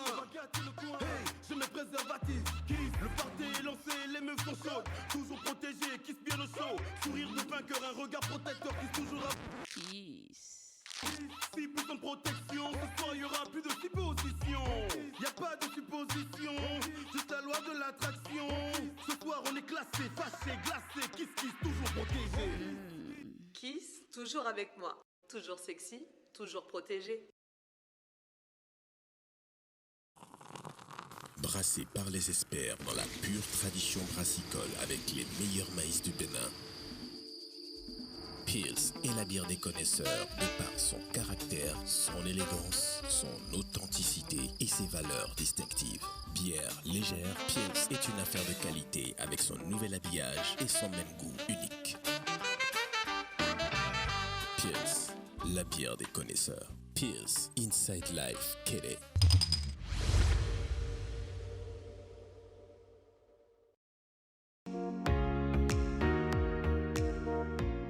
Nous prenons des mesures de sécurité pour vous et pour nous. Face au Covid-19, LBM Système Location de Voitures vous protège. Nous mettons un point d'honneur sur le respect des consignes par nos conducteurs.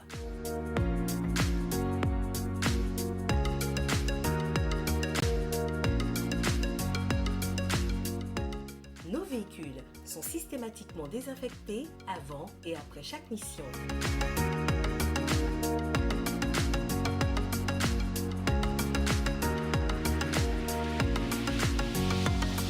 Faites-nous confiance. Votre sécurité, notre préoccupation. SIST LBM Location de voitures. Contact 60 60 60 63.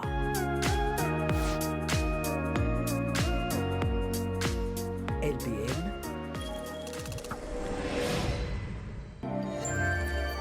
Le carrefour des grandes marques. Alerte coronavirus. Attention, attention, le coronavirus se transmet très facilement et fait des ravages. Pour l'éviter, le port systématique de masques de protection en tout lieu est recommandé. Dans l'administration publique ou privée, dans les réunions, les rencontres, dans les marchés, les magasins, les boutiques et lors des déplacements, le port de masque est fortement recommandé. Même dans les lieux privés, dès lors que l'on n'est pas seul, le masque doit être le fidèle compagnon. Mais attention, le port de masque de protection ne dispense nullement d'appliquer les autres mesures de prévention, notamment le lavage des mains à l'eau et au savon et l'observance de la distance de sécurité sanitaire d'au moins 1 mètre entre personnes. Enfin, s'abstenir de porter des gants en vue du lavage irrégulier des mains à l'eau et au savon ou de l'application de gel hydroalcoolique. Pour tout savoir sur l'épidémie du coronavirus au Bénin, rendez-vous sur le site web www.gouv.bj/coronavirus. Ceci est un message du gouvernement de la République du Bénin.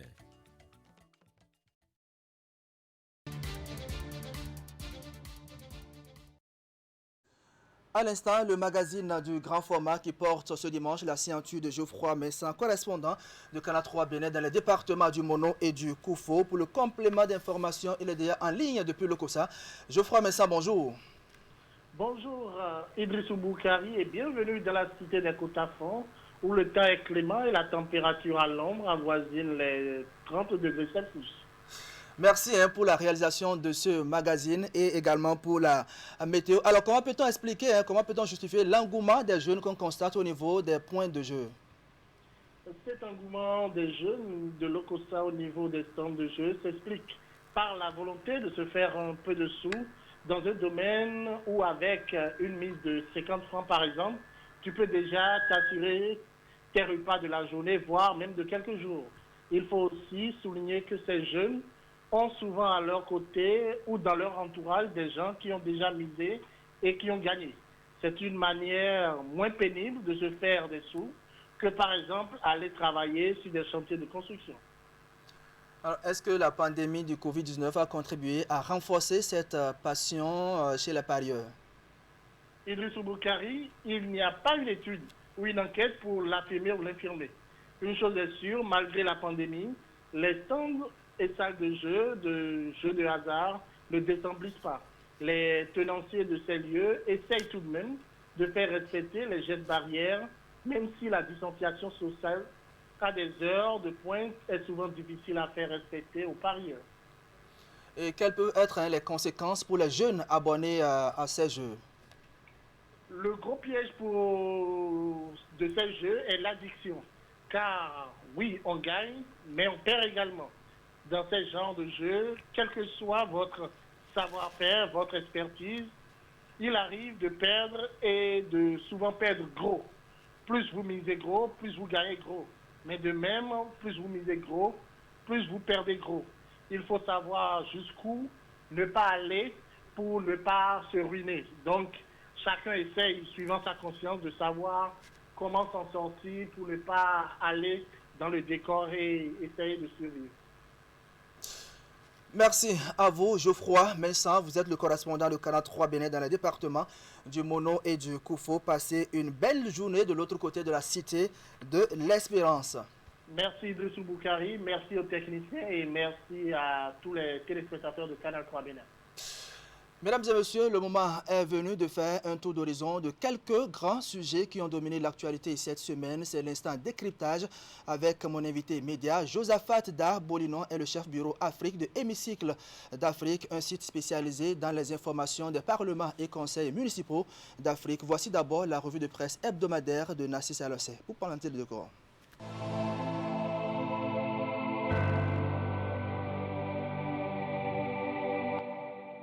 Bonjour à toutes et à tous. À Parakou, le glas sonné pour la majorité absolue du parti Force Cori pour un Bénin émergent au sein du conseil municipal. La Cour suprême invalide le siège d'un élu FCBE et ordonne la reprise de l'élection du maire et de ses adjoints.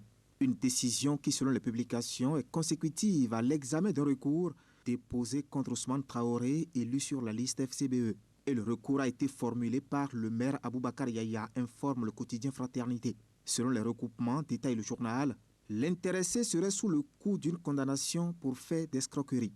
Or, l'alinéa 3 de l'article 10 de la loi 2019-43 portant code électoral en République du Bénin dispose que les individus condamnés à une peine d'emprisonnement avec ou sans sursis d'une durée égale ou supérieure à 3 mois, assortis ou non d'amendement, ne peuvent être électeurs. Conséquence, le nombre de 17 sièges qui faisait du FCBE le parti majoritaire absolu sur les 33 élus au conseil municipal de Parakou est réduit à 16 sièges. Ainsi, Ousmane Traoré s'en va, mais c'est le parti de Paul Humpé qui perd des plumes, constate à Fraternité, qui conclut que les Coris sont à la base de leur malheur. Pour le quotidien matinal, c'est la guerre fratricide entre FCBE qui fait perdre à Aboubakar Yaya son poste de maire.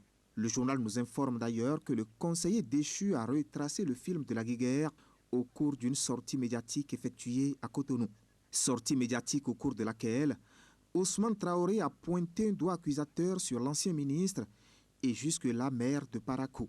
C'est sous le coup de la colère que le maire Aboubakar Yaya a introduit ce recours à la Cour suprême pour me dénoncer, a affirmé le conférencier devant hommes et femmes des médias. À Cotonou aussi, certains élus municipaux ont des ennuis judiciaires et leurs fauteuils sont menacés, informe le quotidien Matin Libre dans sa livraison de vendredi. Il s'agit, selon la publication, du chef du 1er arrondissement et de l'un des chefs quartiers impliqués dans une affaire d'abus de confiance. Leur sort sera connu devant les juridictions le 20 octobre prochain, annonce le journal. Toujours en politique, le quotidien Matin Libre nous propose cette semaine un regard sur le parti d'opposition au régime de la rupture dont la création est annoncée avec insistance ces dernières semaines. Une formation politique dont le nom de baptême est les démocrates. Grand parti d'opposition en gestation, affiche à manchette le journal dans sa parution de jeudi dernier. Immersion dans les démocrates. Et à en croire mon confrère, les anciens chefs d'État Nicéphore Soglo et Boni Yayi seraient à la cuisine interne de la naissance de ce parti. Et la présidence du parti sera confiée soit à Noureni Achadé, soit à Éric Hundete, croit savoir Matin Libre. À l'Assemblée nationale, le nouveau règlement intérieur a été finalement adopté cette semaine.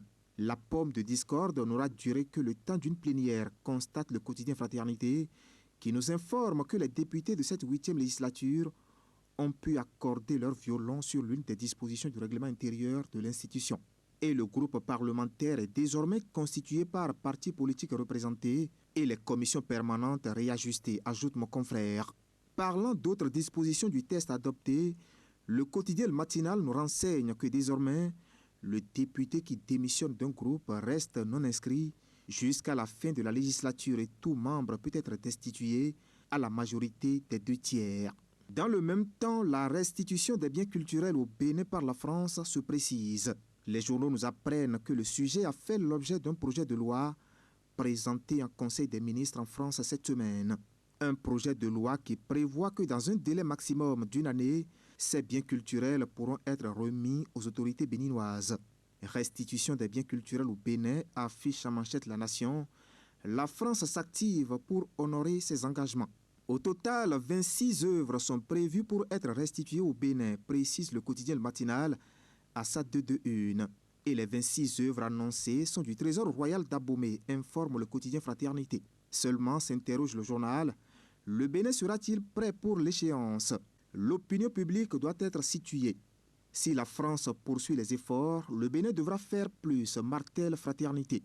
En tout cas, entre la volonté d'accueillir et de faire circuler les œuvres et l'impérieuse nécessité de leur garantir les conditions de détention appropriées, il faut choisir, prévient le Canard de Ménotin. Dans une opinion publiée dans le quotidien Fraternité, le tout nouveau maire de Djougou a plaidé pour l'urgence d'impliquer la décentralisation dans les réponses à la riposte contre la pandémie liée à la Covid-19. Le docteur Malik Gominan, qui s'intéresse aux conséquences économiques de la Covid-19 au niveau local, aux limites d'une riposte sans ancrage local et surtout aux contributions des collectivités locales à la riposte contre la Covid-19. Et l'ancien journaliste devenu homme politique estime pour conclure que les partenaires techniques et financiers qui appuient les réponses nationales sur le continent doivent être aussi sensibilisés à cette urgence d'inclure la décentralisation dans la formulation et la mise en œuvre de la riposte. Sur le terrain, le bilan macabre s'alourdit. Les publications nous apprennent que le Bénin a enregistré de nouveaux décès cette semaine. Le tableau clinique du pays est d'ailleurs à la une du quotidien Libération. Et selon le journal, le Bénin déplore jusqu'à la journée du vendredi 17 juillet 2020 28 décès liés à la Covid-19 pour 1463 cas confirmés. Des statistiques que mon confrère dit tenir de l'Organisation mondiale de la santé. Dans la suite, cette semaine, l'affaire ICC Service. Une bonne partie de la presse nous apprend que les responsables de cette structure de placement d'argent détenue depuis des années sont désormais libres de leur mouvement. Affaire ICC Service, écrit le quotidien Matin Libre en haut de une, Guy Akplogan et Émile Tegbenou libérés. Tout comme Guy Akplogan et Émile Tegbenou, Pamphile Dohou, le directeur général de ICC Service, sera aussi libre de ses mouvements dès le lundi 20 juillet prochain, annonce Fraternité. Ses principaux auteurs du plus grand scandale financier connu par le Bénin avaient été condamnés par la Créette après 9 ans de prison lors d'un procès qui a duré plusieurs semaines en 2019, rappelle le journal. Le sujet fait aussi le gros titre de Nord-Sud Quotidien qui s'intéresse aux spoliés dans cette affaire. Affaire ICC Service, s'exclame le Canard, c'en est fini pour les épargnants. Toujours dans la suite cette semaine, le quotidien Fraternité nous informe d'un trafic de drogue. De la drogue camouflée dans des gâteaux vendus aux élèves dans plusieurs établissements scolaires à Cotonou. Et ce sont des élèves testés positifs à la drogue qui ont éveillé des soupçons. L'auteur, c'est une dame arrêtée et condamnée à 5 ans de prison pour trafic de drogue. L'éducation pour mettre fin à ce tour d'horizon de l'actualité. Les examens nationaux de fin d'année académique se poursuivent. Et pour le compte du brevet d'études du premier cycle, session de juillet 2020 organisée cette semaine, la tribune de la capitale rapporte que 700 faux candidats ont été épinglés. Des faux candidats qui, à en croire Fraternité, sont pour la plupart des élèves qui n'avaient pas le niveau pour passer en classe supérieure, mais qui ont pourtant été aidés par des enseignants et administratifs ou d'autres faussaires fabriquant des bulletins. Et c'est une plateforme mise en place par le gouvernement qui a permis de dénicher ces faussaires, renseigne le journal. Les examens nationaux encore et après le brevet d'études du premier cycle placent la semaine prochaine au baccalauréat du second degré. Et au Bénin, informent les publications, 95 404 candidats, dont 35 049 filles, planchent dès demain lundi pour l'obtention de ce premier diplôme universitaire. C'est l'essentiel à retenir cette semaine de l'actualité, vue et commentée par les journaux. Merci de m'avoir suivi et à la semaine prochaine.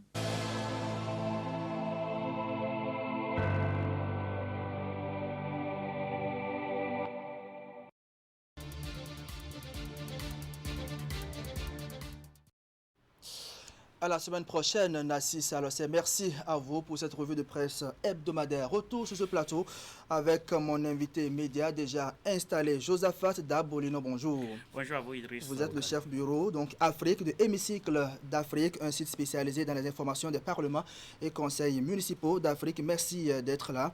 Alors, qu'est-ce qui fait la une de l'actualité sur votre site ? La une de l'actualité, nous avons fait spécial à la République démocratique du Congo. C'est un magazine qui paraît, un bimensuel qui paraît demain lundi 20 juillet. Spécial Congo, on a fait en tout cas une incursion dans le Parlement congolais. Depuis l'indépendance jusqu'à aujourd'hui, ça fait 60 ans. Donc on a célébré les 60 ans historiques d'un Parlement congolais. Nous avons parlé des coups d'État qui a eu lieu, la dissolution du Parlement en 1965, avec l'arrivée bien sûr, le courage des 13 députés. Parmi ces 13, il y a feu père à son âme, Étienne Tshisekedi, qui est bien sûr le père de l'actuel président de la République congolaise. Nous avons tracé donc l'historique pour la génération, cette génération et les générations à venir. Donc c'est une information capitale, l'historique bien sûr de ce Parlement. Et également nous avons mis l'accent sur les grands personnages publics bien sûr de ce pays. On a parlé bien sûr de ce boxeur junior qui a fait la fierté du Congo et de l'Afrique tout entière. Et également à la une, nous avons la session extraordinaire du Bénin qui démarre demain avec les points inscrits à l'heure du jour, surtout bien sûr le statut particulier du personnel des armées et bien d'autres points qui sont à l'ordre du jour. Très bien.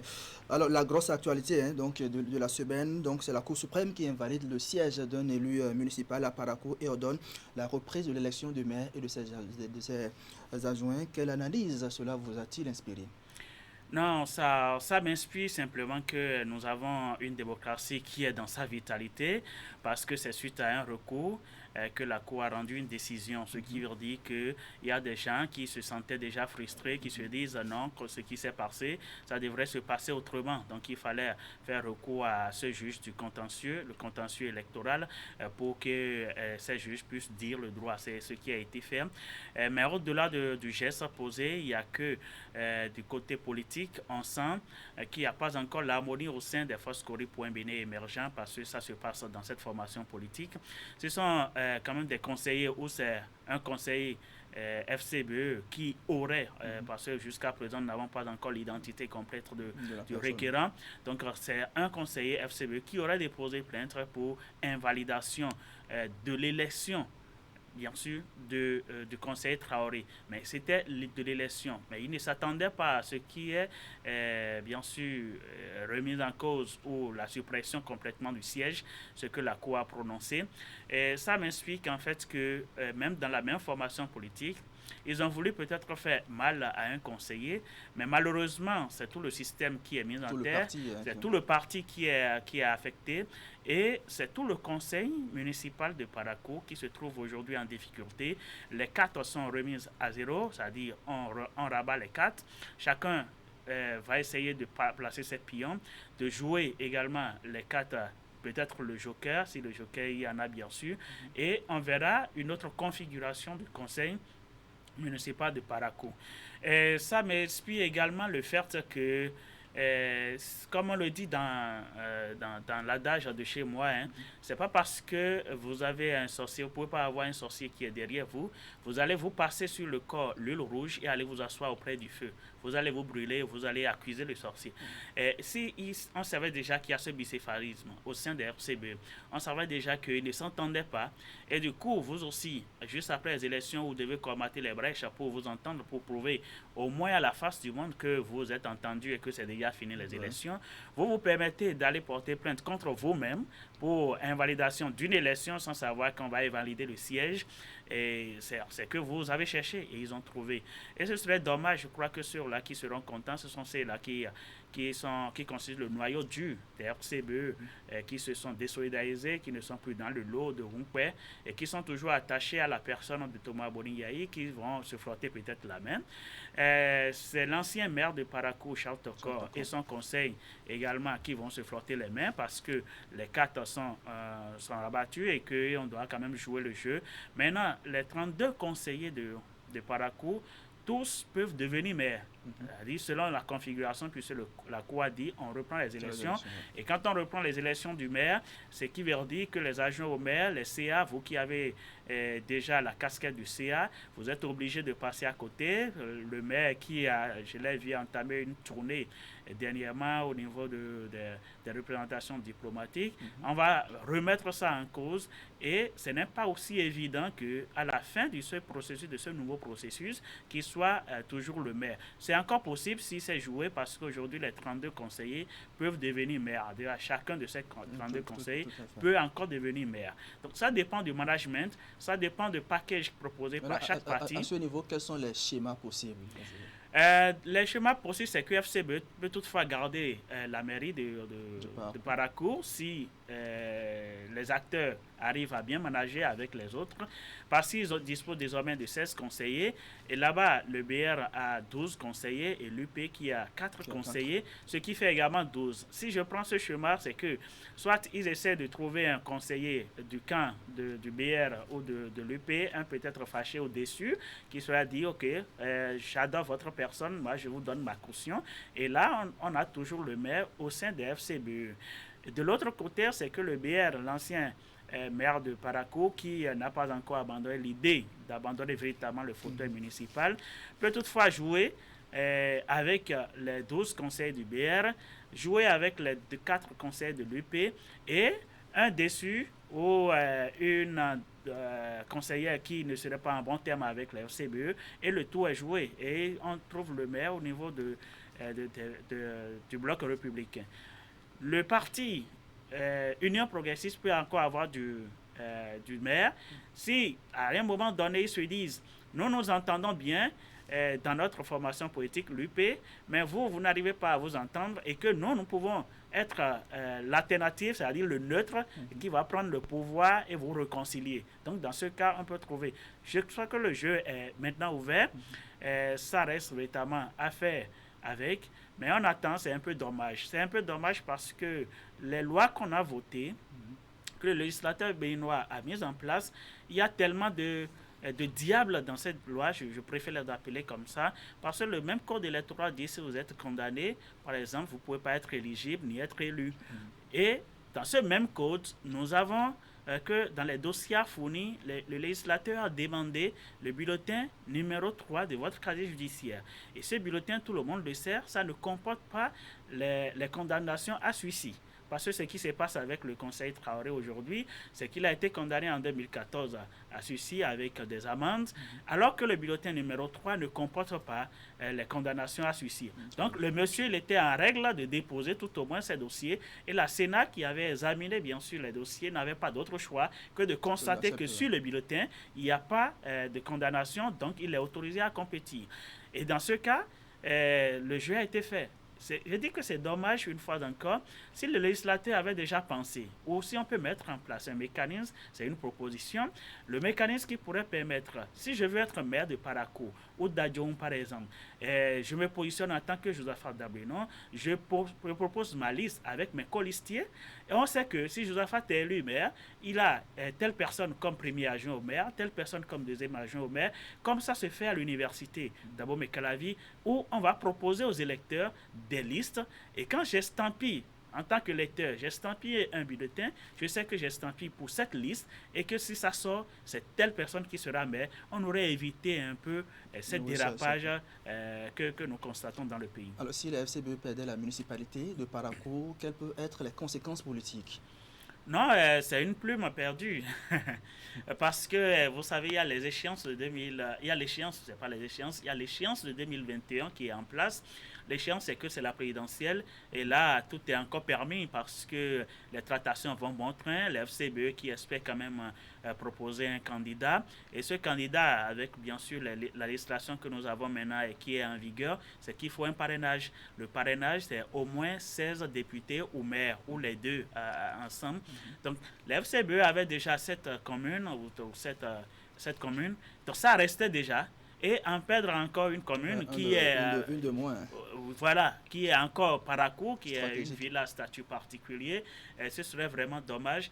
Mais j'espère qu'ils vont se faire, ils vont s'entendre, ils vont savoir jouer les cartes. Ça dépend du package, je l'ai dit tout à l'heure, proposé pour maintenir. Parce que, au-delà de tout, il faut reconnaître que les populations de Parakou espérer un changement à la tête de la mairie. Parce que jusqu'à présent, les FCB ont toujours 16, donc ils sont toujours majoritaires. Mais compte tenu de la configuration actuelle, parce que si les deux blocs qui soutiennent le chef de l'État se disent nous nous mettons ensemble et que la décision vient d'en haut, en haut bien sûr, dit il faut qu'il y ait concertation, que vous mettiez ensemble, ce serait compliqué pour les FCB. Donc, c'était déjà un faux pas, mais vivement que ça soit fait et que la FCBE garde, en attendant bien sûr la problématique de parrainage en 2021. Autre sujet avec vous, Josaphat Da Bolino. Cette semaine, la presse nationale a annoncé la création d'un grand parti d'opposition, les démocrates. Un grand parti, moi je ne peux pas déjà dire un grand parti. Un grand parti pourquoi? Un grand parti parce que les noms qui sont annoncés sont des personnages quand même grand public bien connus. Grand parti parce qu'on espère que ce serait véritablement une formation politique de l'opposition. En tout cas, moi j'ai du mal à utiliser déjà cet adjectif pour qualifier le parti en gestation. Encore qu'il y a beaucoup de chemin à faire, ça reste bien sûr à identifier ceux-là qui vont composer le parti. Ça reste à remplir les formalités administratives, ça reste à faire le congrès constitutif de ce parti politique et ça reste principalement l'autorisation du ministère de l'Intérieur qui va dire maintenant vous avez le quitus nécessaire, vous existez légalement, après ce sera la publication dans le journal officiel et là nous aurons maintenant un parti. Mais le tout ne suffit pas aussi d'avoir un parti, mais quel que soit le nom qui circule, parce qu'on entend déjà le nom des deux anciens présidents qui sont toujours en vie, on entend le nom d'autres acteurs politiques qui ont quand même bien animé la vie politique à un moment donné.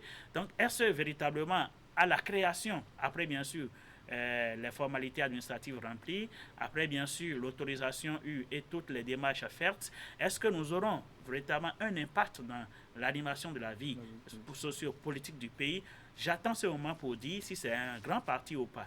Mais ce qui est sûr, c'est que c'est annoncé pour être dans l'opposition. Vous devez de toute façon savoir que le parti FCBE s'annonce toujours parti de l'opposition, même si c'est toujours discutable.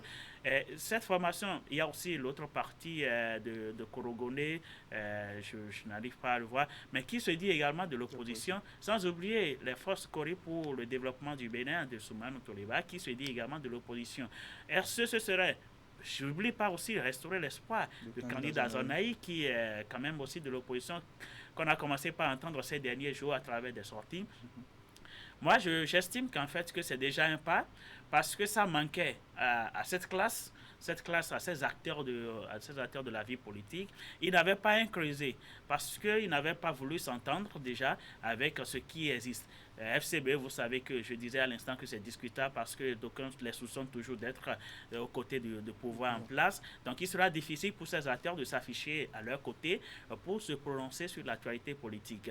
Et restaurer l'espoir qui n'arrive toujours pas à rassembler autour de l'idéal qu'ils défendent, ces acteurs-là, pour qu'ils puissent aussi se prononcer. Donc pour eux, pour moi également, j'estime que c'est un creuset politique qui va leur permettre désormais de s'afficher, de sortir et de se prononcer sur les grands faits de l'actualité. Maintenant, si peut-être vous me posez la question de savoir si c'est à cause de 2021, je ne dirais pas oui, parce que là, c'est un parti qui va être créé et je l'ai dit à l'instant qu'il faut le parrainage. En tout cas, le verrou est toujours là, ce n'est pas encore sauté. Donc, ce verrou de parrainage est toujours là. Ils ne pourront donc pas avoir, tout calcul fait, les 16 signatures pour présenter un candidat. C'est peut-être une préparation pour 2026, mais ce qui est bien et à saluer, c'est que s'ils arrivent à finir les formalités administratives, ils pourront avoir un creuset pour s'exprimer et pour se prononcer. Parce qu'aujourd'hui, s'il se prononce, on va dire, ben, il parle avec quelle casquette? Celui-là qui parle bien, même si on ne les connaissait pas le passé dans la vie politique, on posera cette question. Donc ce sera un creuset. Attendons de voir si ce serait vraiment un grand parti de l'opposition ou pas. Il faut qu'ils finissent d'abord les formalités. Alors, d'un autre côté, hein, on entend donc les jeunes qui demandent donc au chef de l'État d'être candidat en 2021. Est-ce que la méthode, on en a connu en oui, 2016, est-ce que ce n'est pas nouveau. Est-ce que le contexte s'y prête? Non, mais tout contexte presse. Pour un politicien, tout contexte presse. Ça peut être aujourd'hui, ça peut être demain, et ça pouvait aussi être hier. Donc, tout contexte, ça a toujours un sens pour le politicien. Et les jeunes, vous avez dit bien, les jeunes, c'est malheureux pour moi. C'est vrai que je suis jeune, mais c'est un peu malheureux de constater qu'à chaque veille des élections, il y a toujours ce folklore des jeunes où ils sont toujours devant caméra et micro, et c'est nous qui les couvrons, et nous qui sommes des journalistes, c'est nous qui allons sur le terrain pour recueillir le RV et faire le reportage. Mais c'est un peu dommage de le constater parce que ça a toujours été le cas depuis 91. Et pour ne pas aller aussi trop loin, en 2015, vous avez vu la liesse populaire, vous avez vu comment les gens, les jeunes surtout, avaient souhaité et exiger à la limite la candidature de Sébastien Djemé Adjavon. Vous avez vu comment les femmes étaient sorties pour exiger. Vous avez vu la foule parfois très dense dans chaque département où on exigeait presque la candidature de l'homme qui a fini par céder. Est-ce que c'est la même stratégie? On a aussi vu avec le candidat Patrice Talon en 2015-2016. Donc c'est déjà un phénomène, c'est du déjà vu. Et aujourd'hui, les jeunes qui sortent encore pour le dire, il y a un intérêt. L'intérêt, c'est que les leaders de ces mouvements veulent peut-être des strapontins, veulent peut-être qu'il y ait un regard généreux envers eux. Donc, il faut susciter ça. Et des gens, on ne peut pas quand même leur refuser. Hein.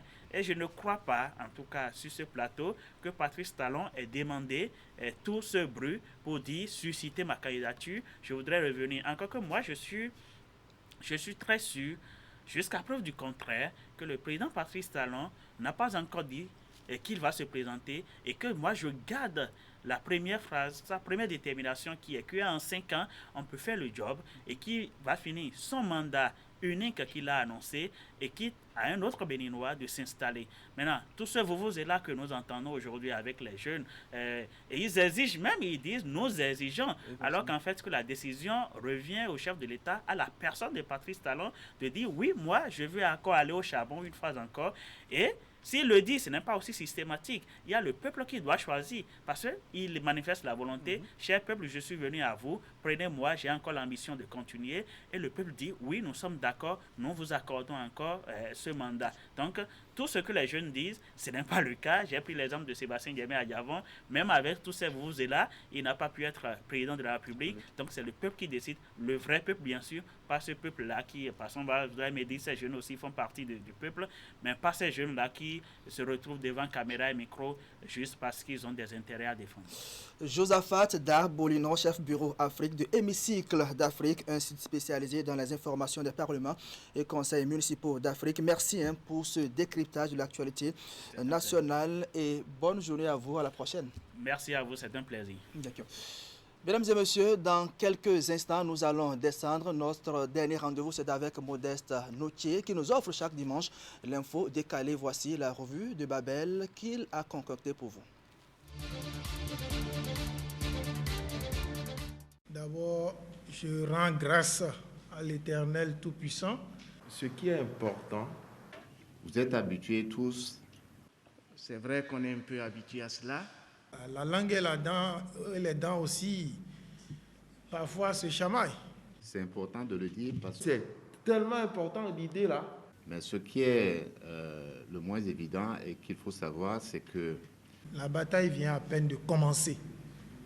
Ne laissez personne de côté. C'est tellement génial. Il y a votre masque qui n'est pas bien mis. Il y a quoi de beau par rapport à ça? Non, c'est déjà bon. Oui. Ça va rester dans les mémoires. Et vous aurez compris, c'est important de mesurer ce que vous faites. Je n'ai pas compris. C'est des signes très forts. Je n'ai pas de goût de mesurer par rapport à certaines choses. C'est une bonne nouvelle. Je ne le dis pas avec toute humilité. Chacun a donné le meilleur de lui-même pour être là. Non, faites ça encore beaucoup plus. C'est ce qui est essentiel dans ça. C'est simple, hein? C'est tellement simple. Est-ce qu'il y a des difficultés? Mais je vais vous dire une vérité. Où sont ces emplois que personne ne voit? Je ne sais pas celui qui a trouvé l'idée, mais c'est original, quoi. Qu'est-ce que, à présent, nous pourrons encore faire? Nous ne pouvons pas tout dire ici. Tout a été pris en compte. C'est faux. Que chacun puisse prendre sa disposition dans la... Maintenant, je ne réponds pas de ceux qui ont abandonné. C'est ce qui montre ma colère aujourd'hui. Mais comme nous sommes à une phase, disons, de formalisation, il faut quand même qu'on le reprenne. Si vous ne savez pas mesurer ce que vous faites, vous ne pouvez pas certifier que vous allez dans la bonne direction. C'est surtout ce qui me fait mal aujourd'hui. Et donc, c'est important de célébrer cela. Il faut que d'autres peuples puissent copier cette originalité-là. Désolé, c'est malheureux. Eh bien, vous n'avez fait que le quart du chemin. Des défis que nous sommes en train de relever. Qu'est-ce que vous voulez? Aider les gens à être heureux. Ce sont les engagements sûrs. C'est un terme. Partout où vous allez, au nord, au sud. Je m'en fous. C'est un des objectifs majeurs. La langue est là-dedans. Une vérité. La bataille vient à peine de commencer. Tellement important l'idée là. La bataille vient à peine de commencer. Tellement génial. C'est un terme. C'est faux. Désolé. Je m'en fous. C'est malheureux. Je m'en fous. Désolé. Faites ça encore beaucoup plus. C'est malheureux. Faites ça encore beaucoup plus. Désolé. Faites ça encore beaucoup plus. C'est malheureux. C'est simple. Colère. Non. Colère. Non. Colère. Je m'en fous. La langue est là-dedans. Une vérité. La bataille vient à peine de commencer. Tellement important l'idée là. La bataille vient à peine de commencer. Tellement génial. Colère. C'est faux. Désolé. Je m'en fous. C'est malheureux. Je m'en fous. Désolé. Faites ça encore beaucoup plus. C'est malheureux. Faites ça encore beaucoup plus. Désolé. Faites ça encore beaucoup plus. C'est malheureux. C'est simple. Colère. Non. Colère. Non. Colère. Je m'en fous.